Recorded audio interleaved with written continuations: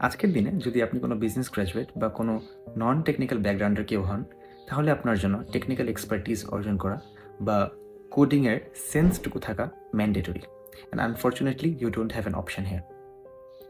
এখন আমি আপনাকে কিন্তু বলছি না যে আপনি একদম শুরু থেকে সি প্রোগ্রামিং বা C++ প্রোগ্রামিং শেখা শুরু করেন বা ইভেন পাইথন বা এসকিউএল শেখেন।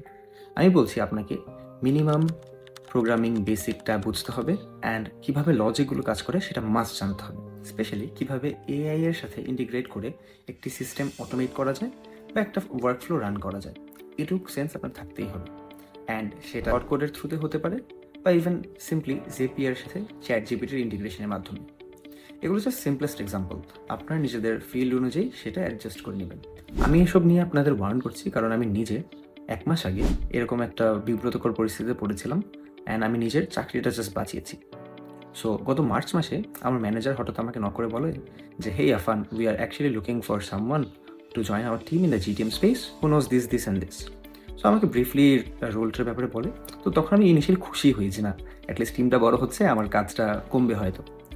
তো যখন আমি অ্যাকচুয়ালি সিরিয়াসলি খোঁজা শুরু করলাম আমার টিমের জন্য এমপ্লয়ি, তখন আমি ওকে জিজ্ঞেস করলাম যে, "আমাকে রিকোয়ারমেন্টসটা দাও বা জেডিটা দাও।" যখন আমি গো থ্রু করলাম, I was shocked. The JD content every single thing that my role content, মানে আমার রোলটা plus the expertise of building AI automation on Claude and integration of Zapier with ChatGPT, যেটা আমার জানা ছিল তখন। বাট তখন আমি অ্যাকচুয়ালি বড় একটা শক খাই। তারা ইনডিরেক্টলি বলার চেষ্টা করছিল যে your job is under threat, as soon as the new employee comes in and he is trend well enough, he will be out. So তখন আমি আমার কাজের বা জবের বাইরে যতটুকু সময় পেয়েছি জাস্ট এই স্কিল ওপর আপস্কিল করেই গিয়েছি। And after 1 month I asked her whether that role has been filled up or not.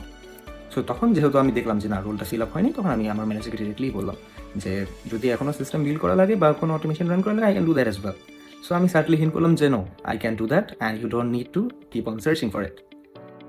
So আমি কিন্তু কাজ করি জিটিএম ইঞ্জিনিয়ারিংয়ে, যেটা কি না in the world itself is a very niche field and it's very new. So এরকম new একটা ফিল্ডে যখন আপনি দেখবেন যে এরকম এআই এর ইন্টিগ্রেশন বেড়ে গেছে বা আপনার কোডিং এক্সপার্টিসটা লাগতেছে, তখন আপনি বুঝবেন যে দেয়ার আর ওয়ার্নিং সাইন্স।